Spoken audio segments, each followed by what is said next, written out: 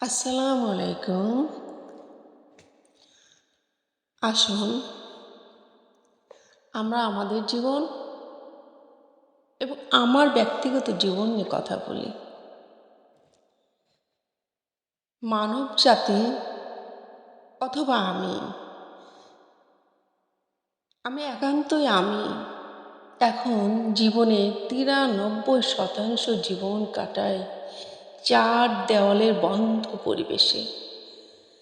লাখ লাখ জঙ্গলে বিবর্তন হওয়ায় আমার মস্তিষ্ক যখন সারা দিন কংক্রিট জঙ্গল, স্ক্রিনের আলোয় আর ট্রাফিকের শব্দে আটকে থাকে, তখন আমি কনফিউজড হয়ে যাই।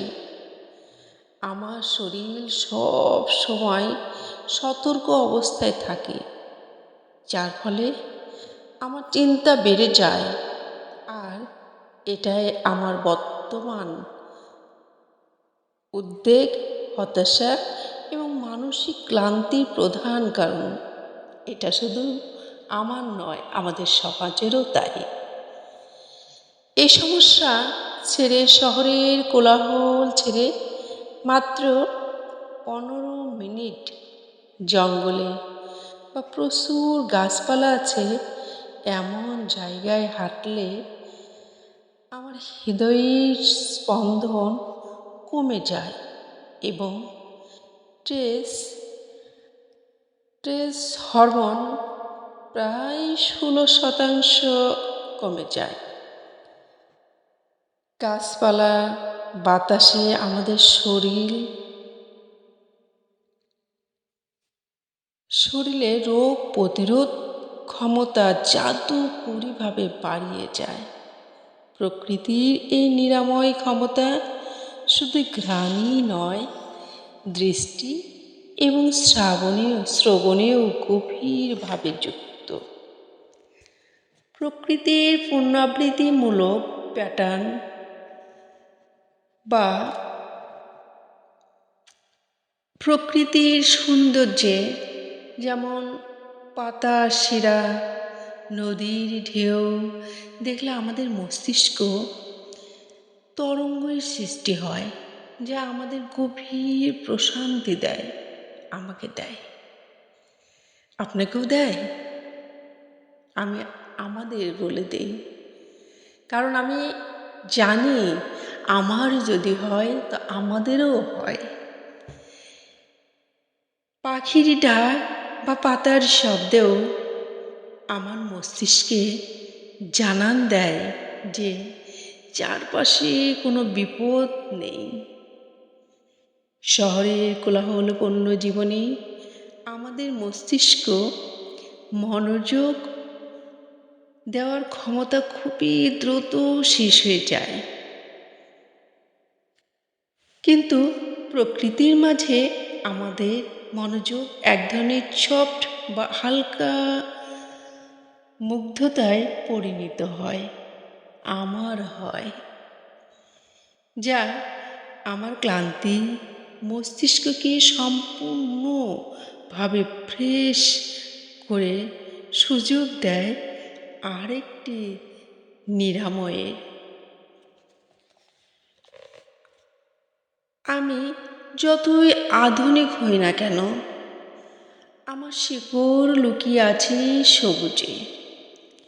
আমি যতই আধুনিক হই না কেন, ঠোঁটে লিপস্টিক, ভুরো তোলা, আধুনিক স্মার্ট পোশাক পরা, হাতে স্মার্টফোন, যাই হোক না কেন, আমার শিকড় লুকিয়ে আছে সবুজে। তাই জীবন যখন একঘেয়েমি হয়ে ওঠে, তখন খোলা আকাশই গ্রহণ করাই ভালো। সম্ভবত সব ব্যস্ততা দূরে সরিয়ে ৩ দিনের জন্য হারিয়ে গেলেও প্রকৃতির কোনো নির্ভীতে কোণে বা শহরে ইট পাথরের খাঁচায় বন্দি জীবনে প্রকৃতির পিরামিড প্রয়োজন হয়। আমার প্রকৃতির পিরামিড চাই, আছে তোমার কাছে বা আমাদের কাছে?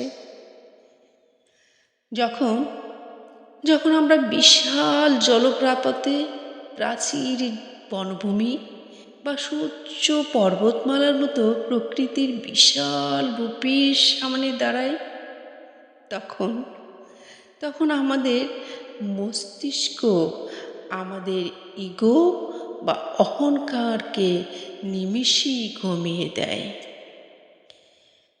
আমি অনুভব করি এই বিশাল মহাবিশ্বে আমরা কতটাই ক্ষুদ্র।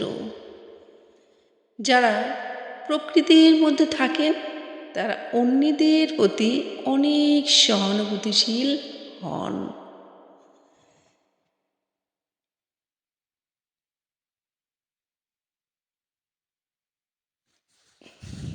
যারা প্রকৃতির মধ্যে থাকে তারা অন্যদের প্রতি অনেক সহানুভূতিশীল হন। তারা অপরকে সাহায্য করতে বেশি আগ্রহী হন। তাদের মধ্যে স্বার্থপরতা কমে যায় এবং অপরের প্রতি কানেকশন বা সংযোগ অনুভূতি বেড়ে যায়। এটা আমার অনুভূতি। অর্থাৎ প্রকৃতি শুধু আমাদের মানসিক চাপ কমায় না, এটি আমার সামাজিকভাবে আরও ভালো মানুষ হিসেবে গড়ে তোলে। আমি আমি যদি প্রকৃতির যত্ন নিই, তবে প্রকৃতিও আমার যত্ন নেয়। আমি যদি প্রকৃতির যত্ন নিই, তবে প্রকৃতিও আমার যত্ন নেয়। কি সুন্দর ফুল দেখায়, কি সুন্দর পাখির কণ্ঠ শোনায়, নানান পাখির কণ্ঠে গান। এটা আমি আমার বাগানের যত্ন নিয়েছি, তাই তারা আমাকে এগুলো উপহার দেন। আমাদের মানসিক শান্তি, সৃজনশীলতা এবং ভবিষ্যৎ প্রজন্মের সুস্থতা সরাসরি এই প্রকৃতির সঙ্গেই যুক্ত, এটা আমি মনে করি। প্রকৃতি তার অসীম নিরাময় ক্ষমতা নিয়ে আমাদের জন্য অপেক্ষা করে। প্রকৃতি তার অসীম নিরাময় ক্ষমতা নিয়ে আমাদের জন্য অপেক্ষা করে। শুধু আমাদের একটু সময় করে তার কাছে যেতে হয়। প্রকৃতি কোনো ওষুধের দোকান নয়। প্রকৃতি কোনো ওষুধের দোকান নয়। শুধু মানসিক চাপ বা অসুস্থতা হলেই সেখানে যেতে হবে তা নয়।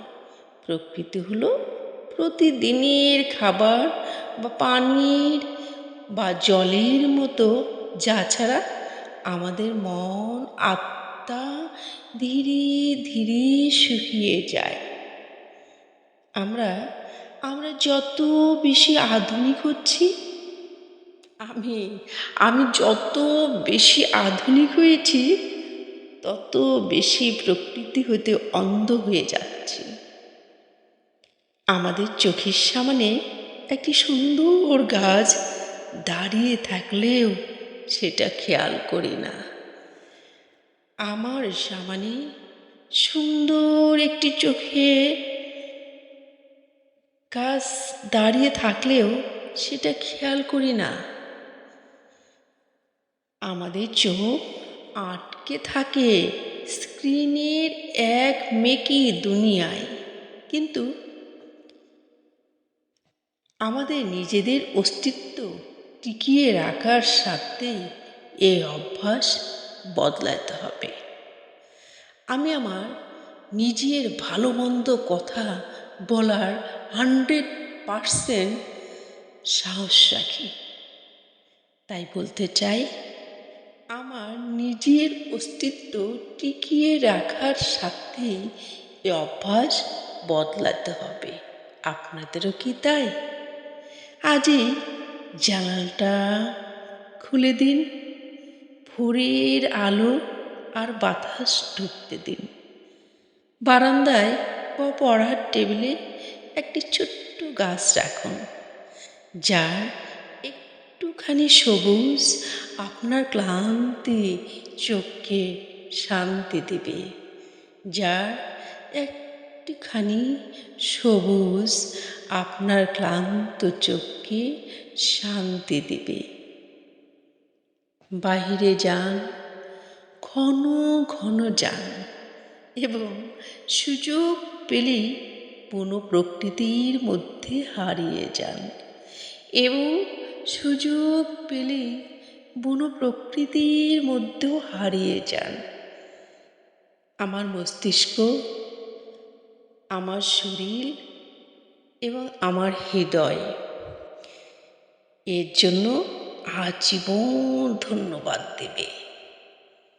আমাদের মস্তিষ্ক, আমাদের শরীর এবং আপনার হৃদয় এর জন্য আপনাকে আজীবন ধন্যবাদ দেবে।